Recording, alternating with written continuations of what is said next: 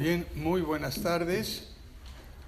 Como exalumno de esta universidad, siempre para mí es un gran gusto el venir y conversar con ustedes, sobre todo con los jóvenes estudiantes que están pasando por estas aulas. Al pasar por acá recordé cómo era la universidad hace 50 años cuando salí de aquí. O sea que tengo un buen tiempo ya de ejercicio profesional. Y agradezco también el interés de los estudiantes del Centro Cultural Núcleo en invitarme para esta presentación. Lo que voy a hacer es un poco distinto que lo que había pensado originalmente. Cuando estaba preparando esta presentación, me encontré con una conferencia que di hace nada menos que 20 años a los estudiantes de Ingeniería Industrial y de Sistemas, que recién había cambiado de nombre para incorporar el tema de sistemas. Cuando yo salí de esta universidad era Ingeniería Industrial solamente y antes era Química Industrial.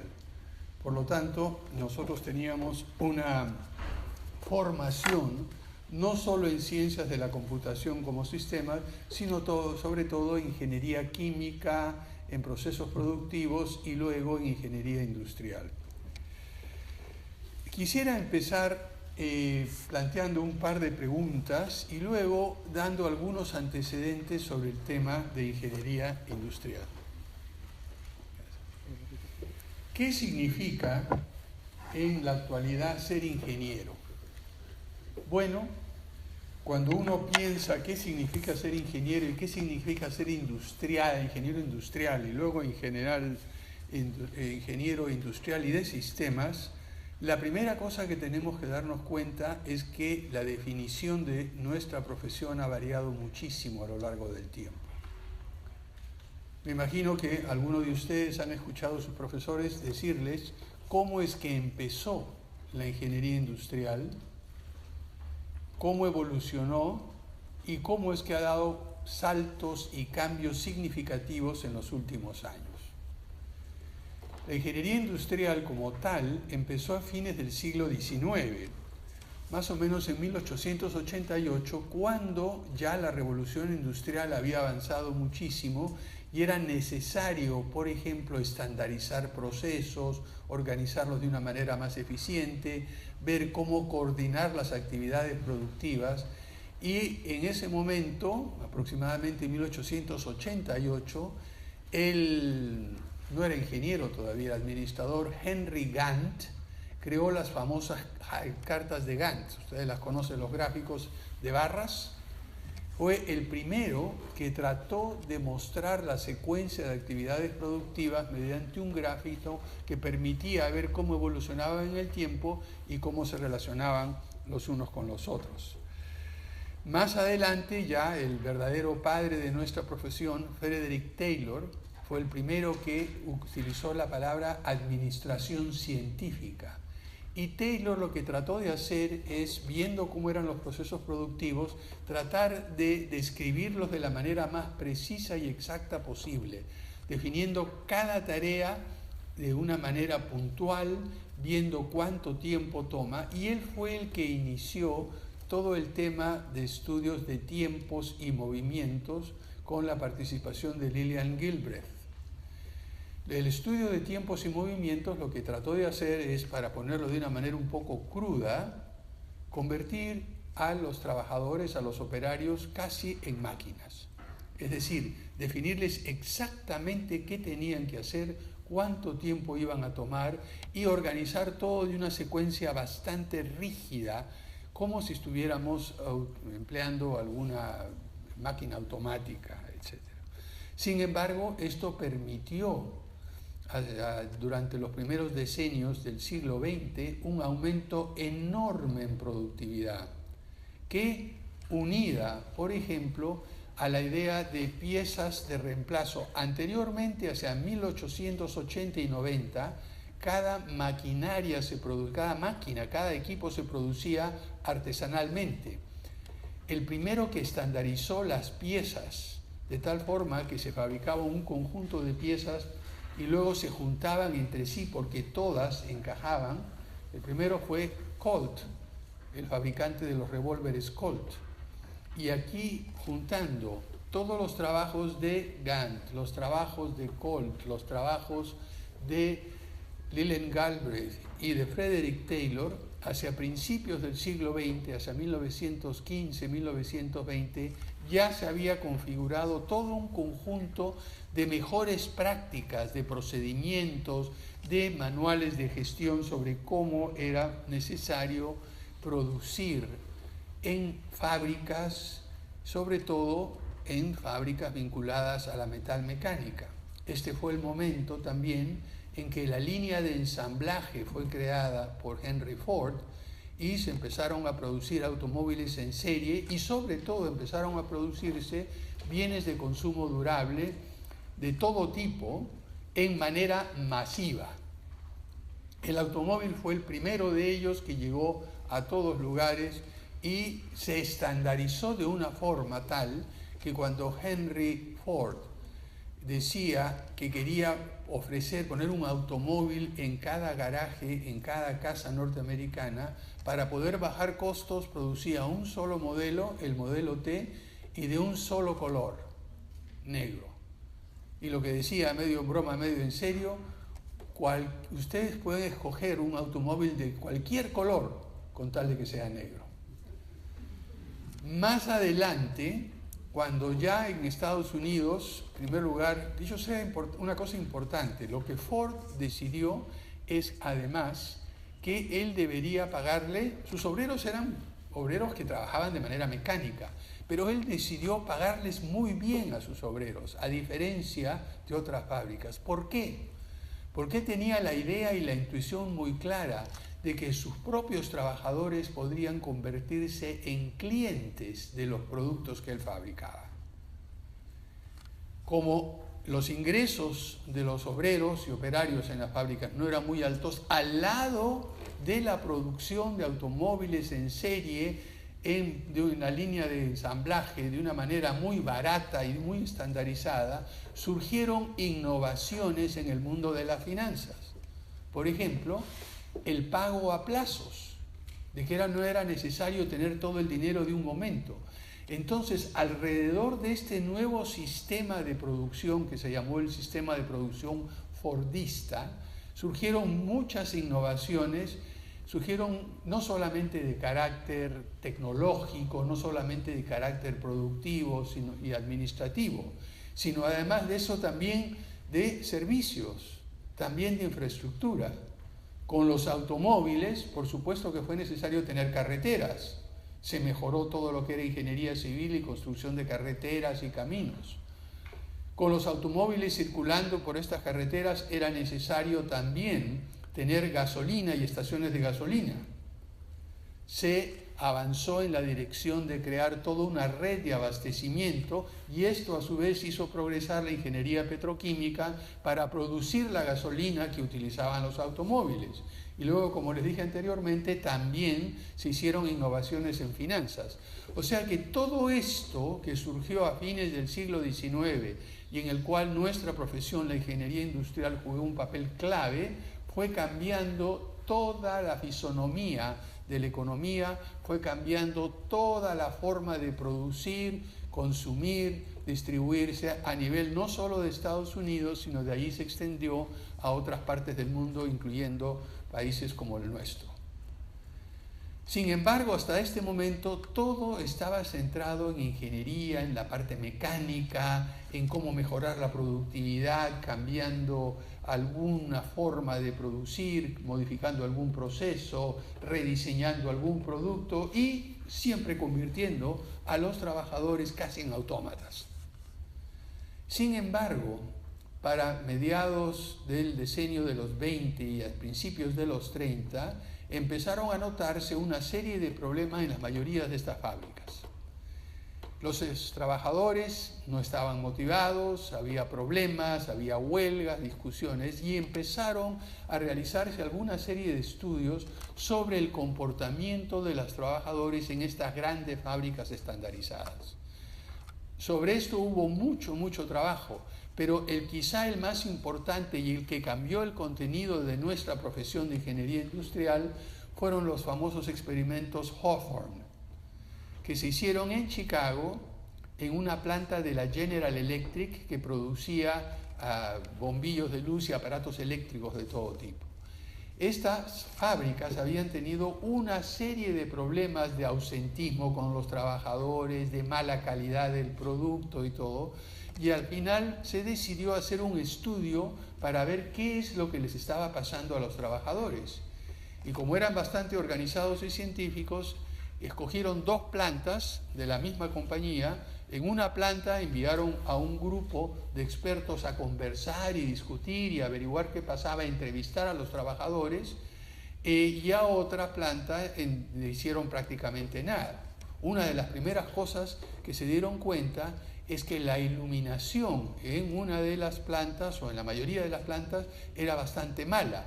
Entonces decidieron mejorar la iluminación para que los trabajadores puedan ver mejor.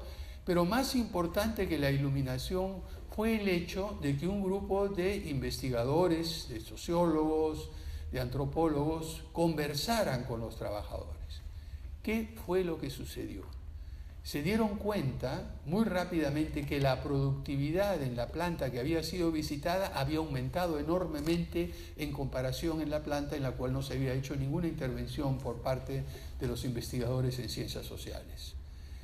Que dijeron, ¿qué es esto? ¿Cómo aumenta tanto la productividad? Primero lo trataron de atribuir a la luz, eliminaron la nueva iluminación y todavía siguió subiendo la productividad. Quitaron a los equipos que estaban haciendo la investigación y siguió aumentando. Al final, para hacer la historia un poco corta, lo que sucedió es que lo que había hecho la diferencia en productividad no era la luz, no era el cambio de condiciones, no, era la atención que los trabajadores sentían que la gerencia había puesto, el interés en ellos. De ahí surgió una nueva idea y algo que se añadió a la carrera de ingeniería industrial. No basta conocer de procesos, de productos, de diseño, etc. También tenemos que conocer sobre gestión de recursos humanos. Tenemos que ver cómo buscar la satisfacción del trabajador. Y poco a poco, a lo largo de los años, me voy a saltar varios temas, empezó a configurarse una nueva concepción de ingeniería industrial. Durante la Segunda Guerra Mundial, cuando, sobre todo en Estados Unidos, muchos de los obreros y trabajadores tuvieron que enrolarse en el ejército, ir a pelear en Europa, ir a pelear en el Océano Pacífico, en las islas, en Sumatra, en Indonesia y hasta llegar hasta Japón, estas plantas industriales fueron operadas en muchos casos por mujeres. Durante ese periodo, como había que producir en grandes cantidades, las empresas industriales se transformaron de producir automóviles a producir tanques, a producir el famoso Jeep. El Jeep es las iniciales de GP en inglés, que es General Purpose, que es vehículo de propósito general. Al cambiar todo esto, al introducir nuevos trabajadores, se dio un gran salto en productividad. Empezaron a reconocer que era la combinación de mejoras técnicas, mejoras productivas, mejoras de diseño, mejoras en gestión y un cierto sentido de urgencia como el que provoca una situación de guerra, llegó a mejorar y aumentar la productividad enormemente en los Estados Unidos. Al mismo tiempo, en todo este proceso fue poco a poco introduciéndose la investigación científica, el uso de modelos matemáticos, el uso de ecuaciones para representar muchas de las variables que tenían que ver con la gestión y las operaciones. ¿Cuántos de ustedes han tomado un curso de investigación operacional? ¿Tan pocos? Bueno, es uno de los cursos más importantes que ustedes deben practicar. Yo me especialicé en ese tema, no por eso que diga que sea importante. Me dediqué a estudiar modelos matemáticos y mi tesis aquí en la universidad fue sobre modelos de investigación operacional de programación lineal, fueron una de las primeras veces que se hizo eso, modelos de PERT y CPM, ese tipo de cosas que ya están un poco antiguas, ¿no? Pero lo que surgió durante la Segunda Guerra Mundial es que además de todos esos aspectos técnicos y administrativos, era posible mejorar la gestión y las operaciones mediante el uso de modelos matemáticos, mediante el uso de computadoras, mediante el uso de simulación. Y todo eso salió como resultado del éxito que tuvo toda esa enorme movilización de talento y esfuerzo durante la Segunda Guerra Mundial en los Estados Unidos. Al terminar la Segunda Guerra, la idea de que era posible trasladar esos éxitos del periodo bélico de la Segunda Guerra Mundial al mundo civil prendió, pero como fuego en una pradera. Por lo tanto, todos estos métodos que habían servido para mejorar la producción, la productividad y aumentarla y mejorar la eficiencia, se trasladaron de la época de la guerra a la época civil en los años 50 y 60. ¿Cuántos de ustedes han visto algún ejemplar del Manual de Ingeniería Industrial de Maynard? No me digan, uno por lo menos allá, pero usted es profesor, ¿no? ¿O es estudiante? Estudiante, bueno. Se lo recomiendo que lo vean. La primera edición del Manual de Ingeniería Industrial de Maynard se hizo en 1954 y era la Biblia de la ingeniería industrial. Búsquenlo en la biblioteca, debe haber por acá. Yo doné mi ejemplar hace muchos años acá y todos mis compañeros teníamos y básicamente teníamos que referirnos a Maynard para muchísimos de los cursos que tomábamos. Es muy importante que ustedes den una mirada. Pero ya para mediados de los años 50 la ingeniería industrial había pasado de simplemente hacer barritas en un gráfico a ser una profesión integrada que incorporaba una serie de disciplinas como les he ido planteando anteriormente. En fin, ¿qué sucedió después? ¿Y qué es lo que nos está pasando ahora?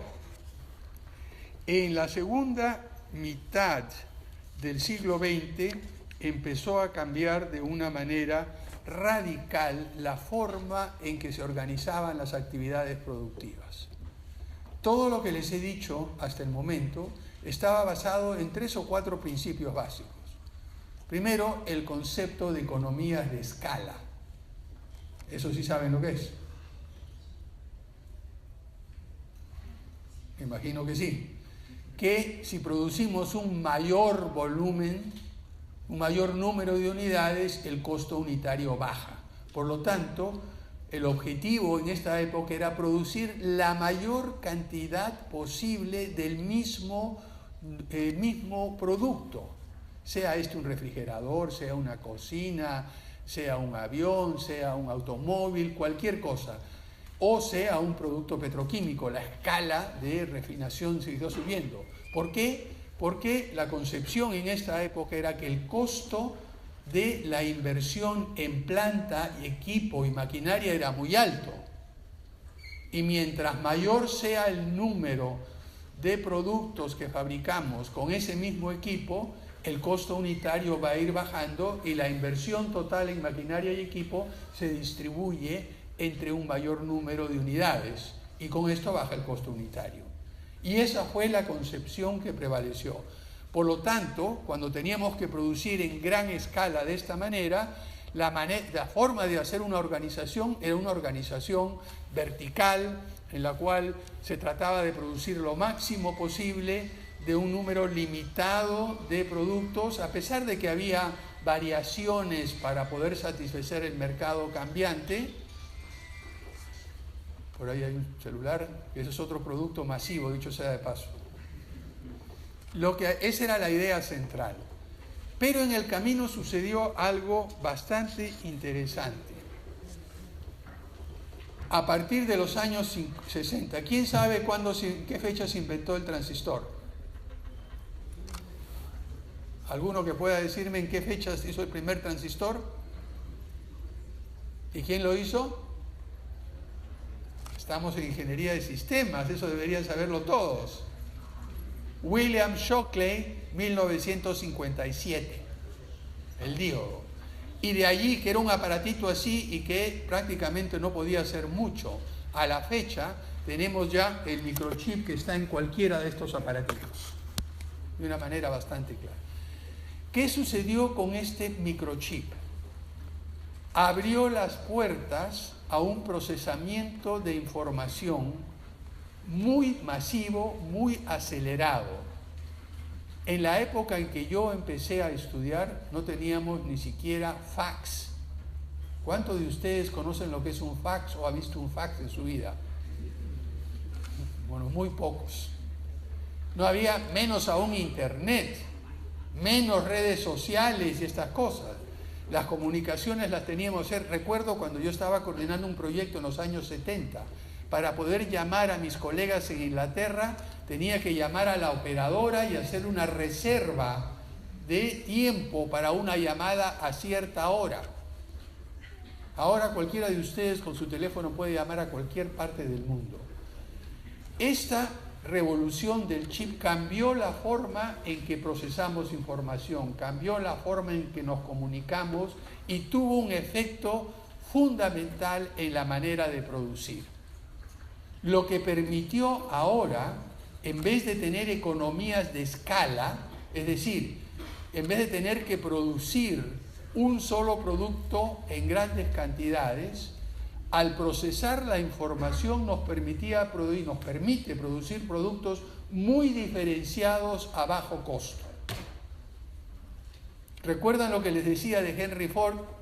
De que él quería, usted podía escoger el color de su automóvil, cualquier color siempre y cuando fuera negro.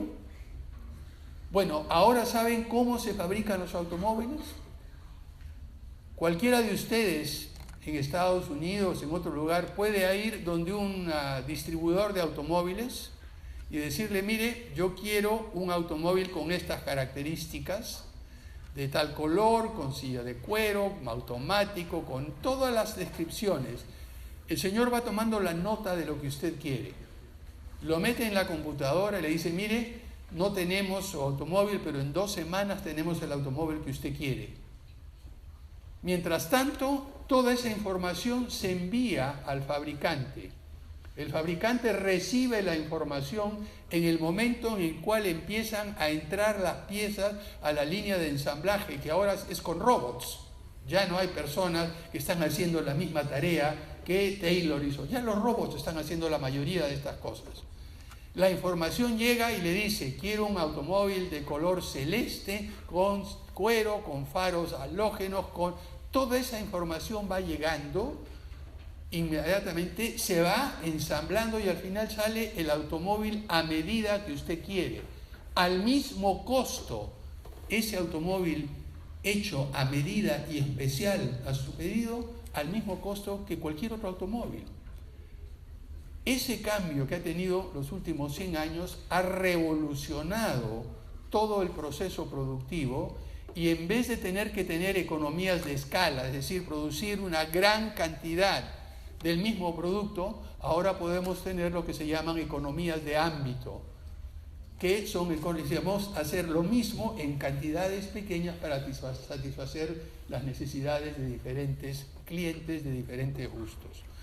Todo esto, para empezar, ha cambiado la forma de gerenciar, ha cambiado la forma en la cual se manejan las empresas, ha cambiado la forma en la cual se hacen las finanzas, ha cambiado la forma en la cual se hace el mercadeo, etc. Y al poder producir de manera eficiente en pequeña escala, y no solo eso, sino poder cambiar rápidamente las características del producto, porque meto otro programa de información y me cambia al mismo tiempo, simplemente los reacomodo, va, en vez de ir ando este robot, va ando el otro, cambia acá, y todo se hace de manera automática. Esto nos permite producir económicamente en pequeña escala y ajustar la producción a las variaciones en la demanda. Esto hace que el tiempo de reacción que tiene que tener una empresa sea así. Antes, en una empresa vertical fabricando un solo producto a la Henry Ford, el presidente de la empresa podía decir algo, bajaba al gerente general, del gerente general al gerente de planta, del gerente de planta a este, y la información iba cayendo en cascada hasta abajo, llegaba abajo, y luego volvía a subir en detalle hasta arriba, o sea que el gerente o el presidente de la empresa se enteraba de lo que pasaba en la planta al mes de que sucedía. Y no importaba mucho. ¿Por qué? El producto iba a ser el mismo. Y con un mes de tiempo para ver si necesito más o menos acero, más o menos caucho, más o menos acá, no hay problema. Pero cuando tenemos producción en pequeña escala y cambiando muy rápidamente, ese tiempo de reacción en una empresa vertical, jerárquica, es demasiado largo. Hay que reducirlo. Y eso hace necesario tener organizaciones ya no verticales, sino horizontales, más planas. Y como podemos coordinar, porque todos tenemos acceso a tecnologías de información, no hay falta o no hay pérdida de eficiencia, porque todo el mundo puede saber lo que está haciendo el otro y se puede tener una información muy rápida. Por lo tanto, ya no necesitamos un presidente, un gerente general que esté arriba y que dé órdenes de manera vertical, que se cumplan sí o sí, como se dicen en los militares, que se cumplan las órdenes sin dudas ni murmuraciones. Ya no. Ahora lo que necesitamos son organizaciones chatas en las cuales cada trabajador tiene mucho más autonomía, tiene más capacidad de actuar, todo eso. Y esto en el área de tecnologías de información es aún mayor, porque lo que se busca es la creatividad, el ingenio, la imaginación, y eso no se puede decir por decreto ni se puede armar en una organización vertical. Entonces fijamos metas en conjuntos. Y ahora, en este nuevo esquema, ya no es tan importante la maquinaria o la planta. Ustedes están trabajando con impresoras 3D, me imagino, han visto alguna. Acá sé que hay un Fab Lab aquí en la Uni. Imagínense la diferencia de costo entre las máquinas herramientas tradicionales, prensas, tornos, cepillos, todo eso, que son miles y decenas de miles de dólares, ¿a cuánto cuesta una impresora 3D? En este nuevo esquema, en el cual ustedes van a vivir toda su carrera profesional, la inversión en bienes de capital, en equipo y maquinaria es importante, pero no tan importante como la inversión en recursos humanos, como la inversión en talento, como la inversión en conocimiento, como la inversión en personas que sepan, que conozcan lo que hagan, que sean creativos, que sean capaces de coordinar y que sean capaces de trabajar en equipo. Ya no necesitamos, como era 100 años antes, agarrar una tarea y desmenuzarlas en pedacitos, estandarizarla y hacer que sea igual. Lo que hacemos ahora es darle una tarea a un equipo y decir, bueno, ustedes resuelvan la tarea, lo que me interesa es el producto, me interesa la application, el software, me interesa el lab, me interesa el diseño, me interesa la maquinaria, me interesa lo que ustedes produzcan. No me interesa tanto la forma detallada porque yo no voy a controlar en detalle lo que están haciendo ustedes. Ya no es necesario, ni es posible, ni es conveniente, ni es económico. Es así como realmente ha habido un cambio importantísimo. Y al mismo tiempo, como tenemos productos muy diferenciados, como tenemos énfasis en recursos humanos y como tenemos una diferenciación de productos que van a varios mercados muy distintos, el énfasis en calidad total se vuelve importantísimo. Es decir, ya antes yo lo que podía hacer, si estoy fabricando 4.000 piezas, hacer un muestreo, sacar 30, 40 piezas, hacer mi análisis estadístico y decir, bueno, esto sí pasa, tiene buena calidad. Ahora que estoy produciendo ya no 4.000, 5.000, 40.000, sino estoy produciendo 300, 400, ya no puedo darme ese lujo. Las 300 o 400 tienen que estar de calidad óptima, tienen que ser muy buenas. Entonces el concepto de control de calidad incluso ha cambiado en la nueva forma de producir, en el nuevo escenario industrial que ustedes como ingenieros industriales y de sistemas van a trabajar en el futuro. Entonces, estamos en otro mundo, y en este otro mundo en que estamos entrando, y ya hemos empezado a entrar y que se va a acelerar mucho más rápido, encontramos una serie de nuevos problemas y dificultades, desafíos y oportunidades que van a tener que aprovechar ustedes. En primer lugar, voy a hablar de algunos de estos desafíos y ver cómo podríamos enfrentarlos y qué es lo que habría que hacer en la educación en ingeniería en general y en ingeniería industrial y de sistemas en particular. Ustedes no se dan cuenta, porque son bastante jóvenes la mayoría de ustedes, pero el mundo ha cambiado en los últimos 50 años de una manera absolutamente vertiginosa. La escala de los problemas, el proceso de globalización, las comunicaciones, las posibilidades de interactuar los unos con los otros, son ahora absolutamente inconcebibles a lo que eran hace algunos años. La densidad de los intercambios entre personas, entre empresas, ha aumentado de una manera tremenda, al punto tal que cada uno de ustedes, estoy seguro, mira su teléfono inteligente por lo menos unas 40 veces al día. Quien me diga que la mira menos de 40 veces está mintiendo, porque eso es lo que va. Y hay otros que son un poco más obsesivos que lo miran de una manera muchísimo más frecuente aún. En fin, al hacer todo eso y al estar todos más interconectados, ha aparecido un nuevo conjunto de problemas que antes no existía, que son los problemas globales. El ejemplo más obvio que todos conocemos es el calentamiento global. Ahora, no importa quién esté emitiendo las partículas de gases que van a formar esta capa que genera el calentamiento global, el efecto invernadero. Pueden estar en Beijing, puede ser un volcán en el sur de Italia, puede ser un incendio en Australia.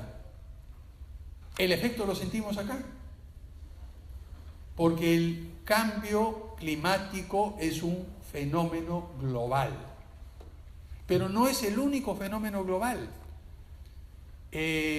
Por ejemplo, la comunicación y el uso de satélites. Todos ustedes están acostumbrados nuevamente con este aparatito, que si alguno de ustedes tiene que manejar, de repente estoy seguro que ha usado Waze, o ha visto cómo utilizar los mapas para saber a dónde ir de otro lugar.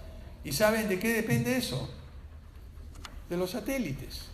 Y los satélites que están dando la vuelta alrededor del mundo de manera continua, poniéndonos en contacto los unos con los otros, y el hecho de que ustedes pueden recibir las llamadas en teléfonos celulares depende de toda una red sumamente compleja de sistemas, de torres, de transmisión, de mecanismo de diferenciación de cada llamada de acuerdo a la frecuencia específica que está asociada a su número, etc. Estos sistemas se han vuelto complejos para todo, para todo.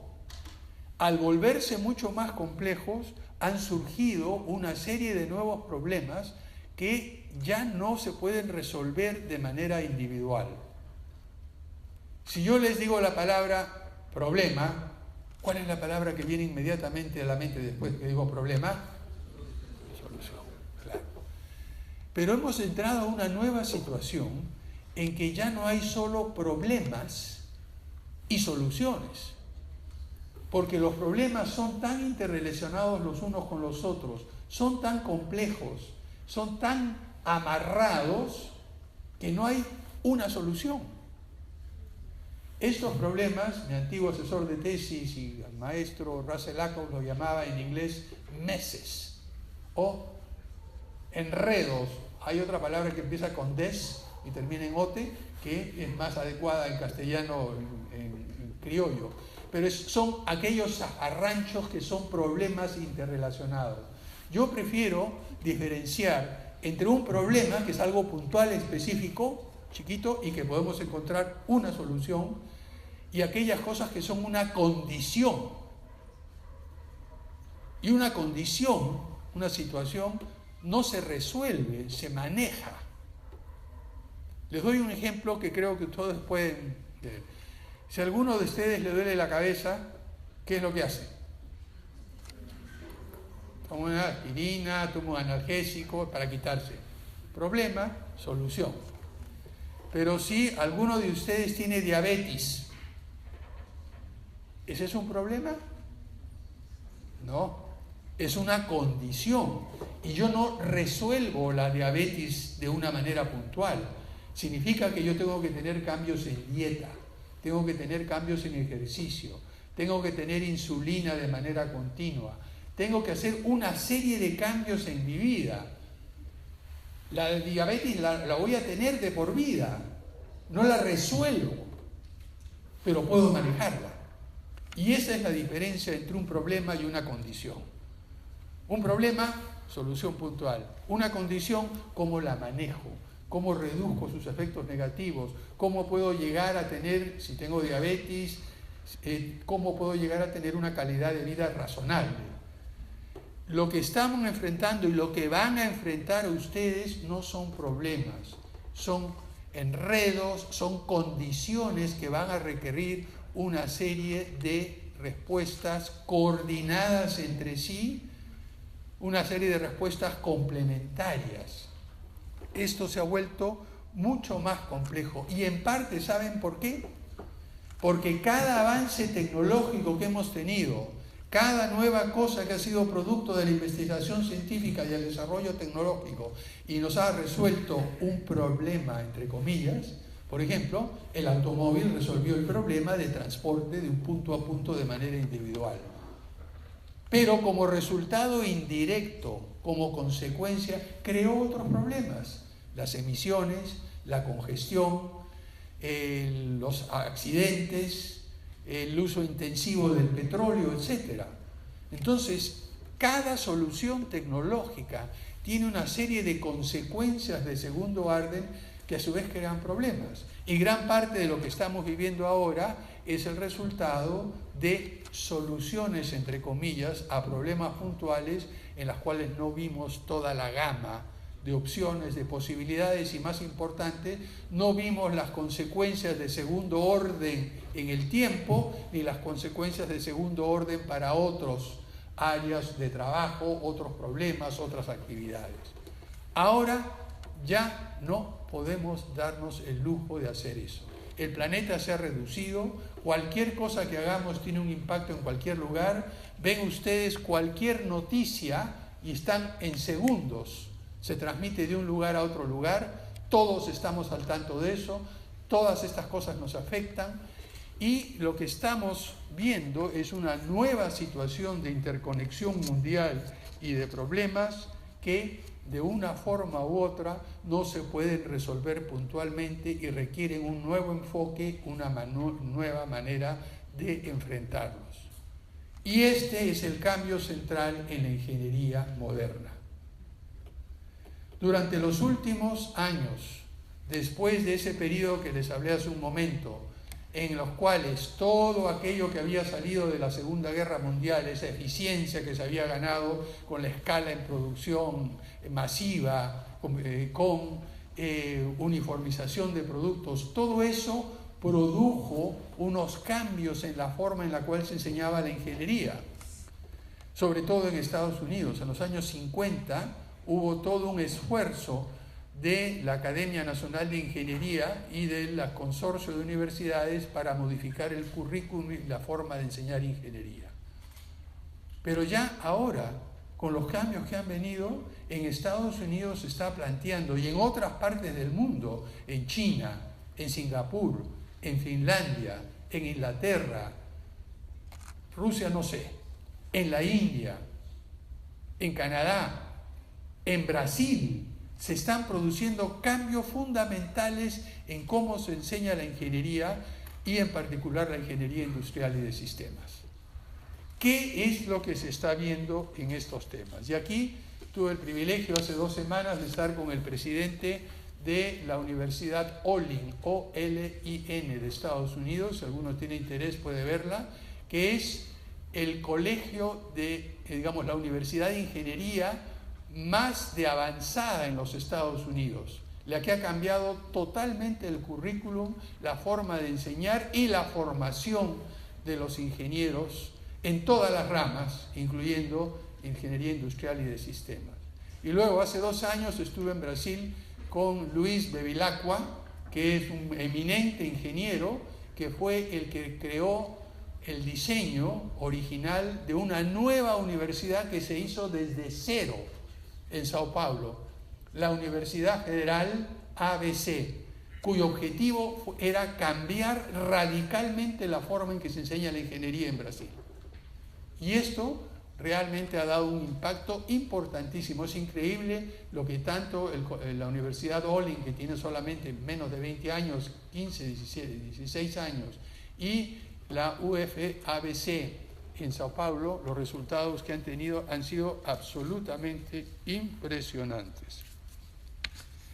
Cuando empecé mi conferencia diciéndoles que hace 20 años yo había dado una charla sobre el futuro de la ingeniería industrial en nuestro país, no tenían este auditorio todavía, lo hicimos en otro lugar, pero los temas que cubrí, la he revisado hace poco, y los temas que cubrí, por ejemplo, decía que además de saber de ingeniería, saber de gestión, saber estos temas que les he contado, en el caso del Perú, los ingenieros también deberían saber algo de economía.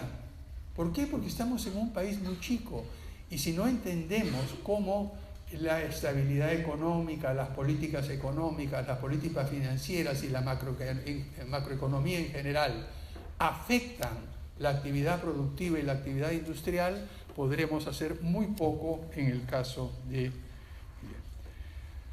Ahora bien, además mencionaba que teníamos que tener una sensibilidad social. ¿Por qué? Porque en nuestro país hace 20 años todavía teníamos una tasa de pobreza por encima del 35% de la población, ahora está alrededor del 15%, y eso requería una concepción especial de sensibilidad social de los ingenieros. En fin, ahora, además de todas esas cosas que planteamos, lo que se está planteando en el futuro para la ingeniería es básicamente considerar a los ingenieros, y sobre todo los ingenieros industriales, como personas capaces de resolver problemas puntuales, pero también de gestionar condiciones para mejorar la calidad de vida y mejorar el desempeño de las actividades productivas. ¿Cómo se hace eso? Ya no basta simplemente manejar lo que tiene, hay que pensar, tener una visión, tener una idea de cómo hacer las cosas de manera diferente. Y una vez que tengamos esa idea, los ingenieros tenemos que utilizar todas las herramientas a nuestra disposición. Ya la diferencia entre un ingeniero industrial, un ingeniero mecánico, un ingeniero electrónico, todo eso, pasa a un segundo o tercer plano. Lo importante es enfrentar la situación, mejorar la condición, resolver el problema que uno enfrenta, integrando todo eso.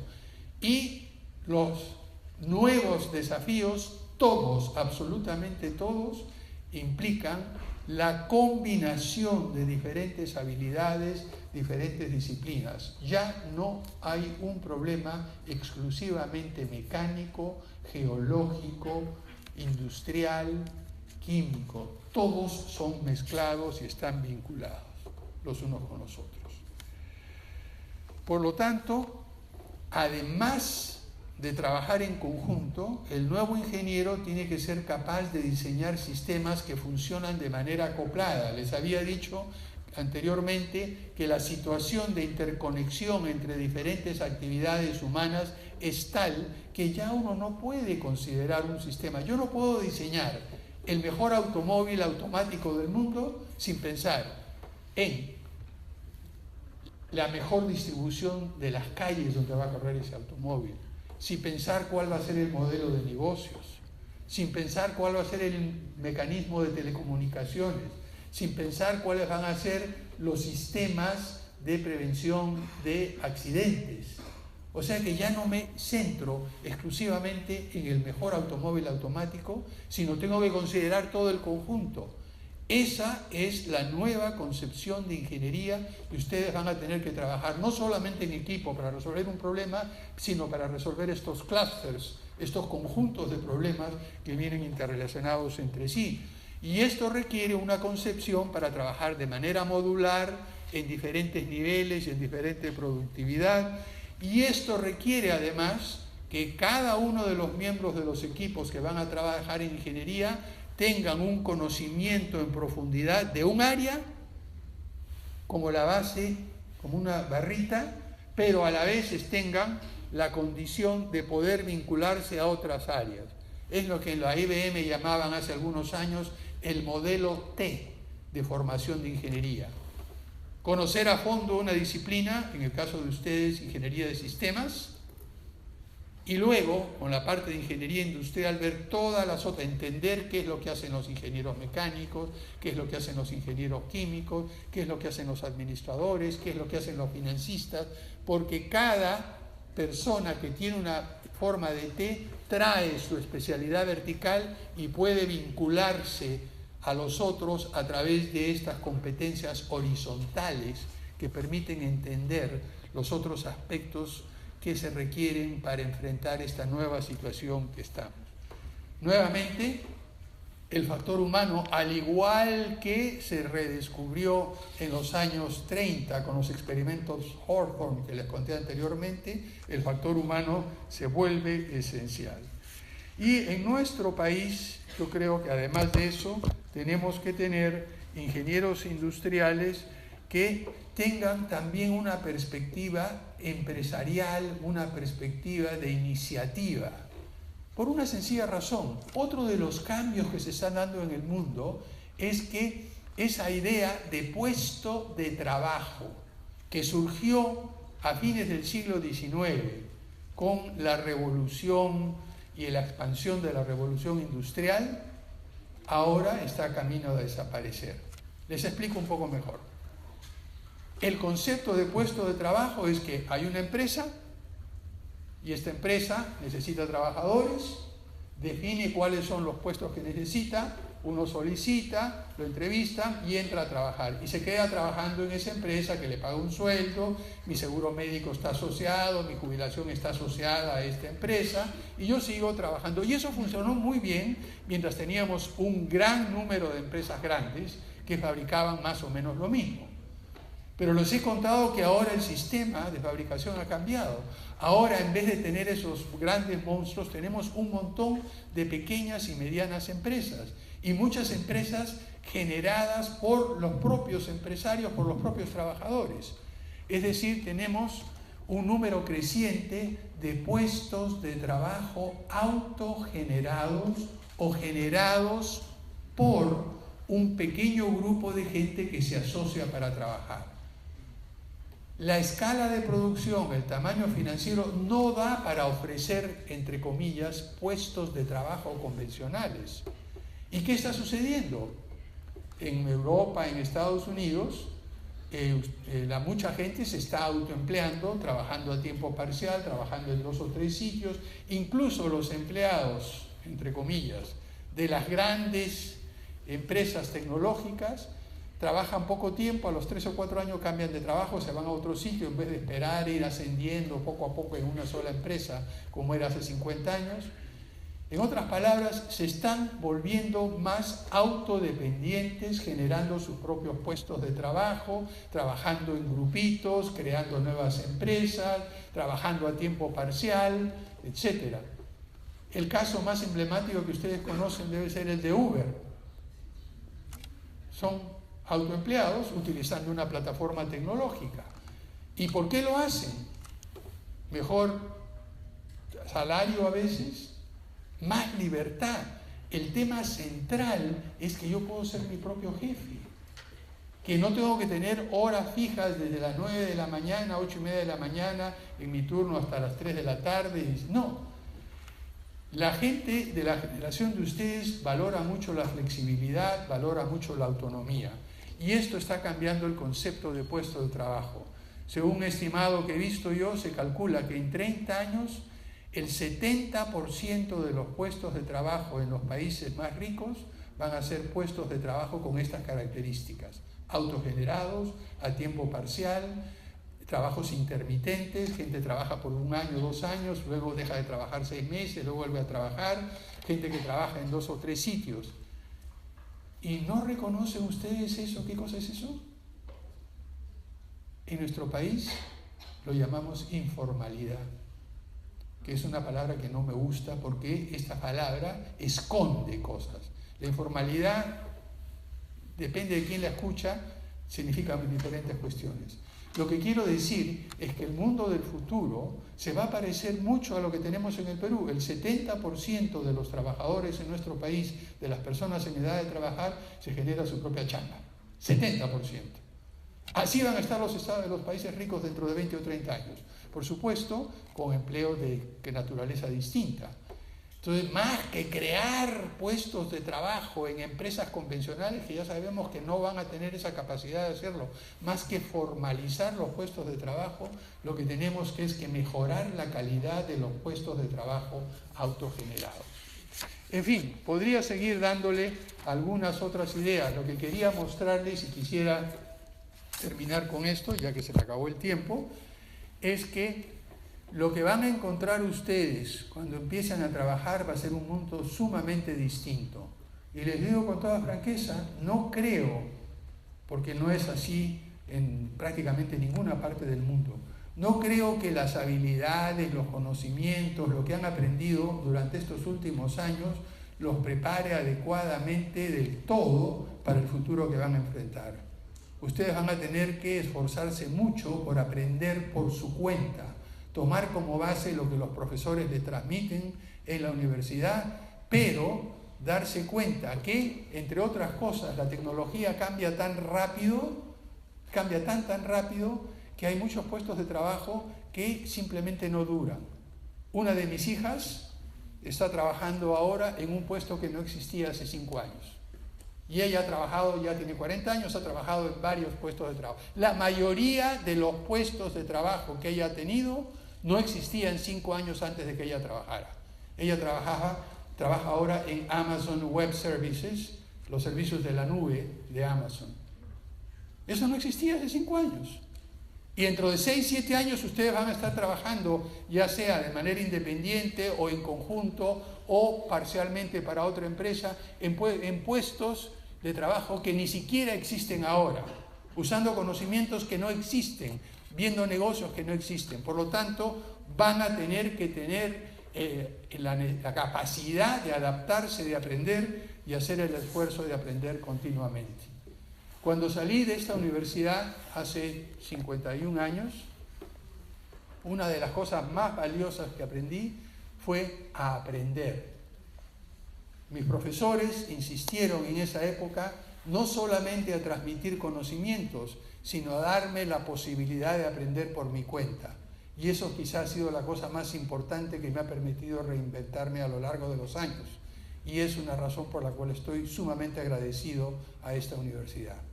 Lo único que espero que 50 años más adelante, cuando lleguemos al 2060, 60 y tantos, ustedes sientan lo mismo que siento yo ahora.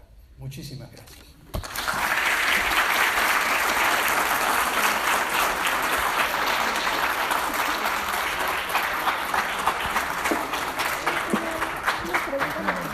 Una pregunta, me encantaba.